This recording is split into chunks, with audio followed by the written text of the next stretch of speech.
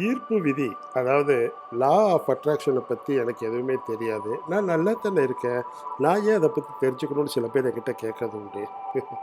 புவி ஈர்ப்பு விசை மாதிரி நீங்கள் விரும்பினாலும் விரும்பாட்டியும் அது இருந்துக்கிட்டே தான் இருக்கும்.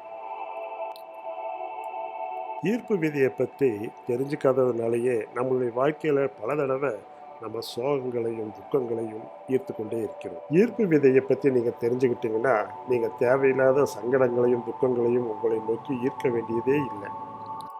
அதே மாதிரி உங்களுக்கு தேவையான சந்தோஷத்தையும் நல்ல நல்ல தருணங்களையும் நீங்களே உங்கள் வாழ்க்கையில் ஈர்க்க முடியும்.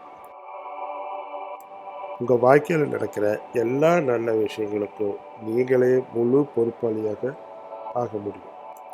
இப்போ சொல்லுங்கள், ஈர்ப்பு விதி அதாவது லா ஆஃப் அட்ராக்ஷனை பற்றி தெரிஞ்சுக்கிட்டு நம்ம சந்தோஷமாக வாழ முயற்சி செய்யலாமா கூடாதா?